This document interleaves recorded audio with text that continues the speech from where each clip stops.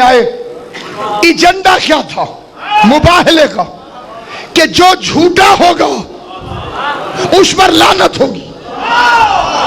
उसने लानत भेज दी, ईसाइयों ने वसूल नहीं की। जागो, हुसैन के वास्ता जागना। दाएं बाएं जिसके बंदे सोए हुए 1 मिनट के लिए जगाना। अल्लाह ने लानत भेज दी, ईसाइयों ने वसूल नहीं की। बताओ कहां गई? जागोगे तो पता चलेगा।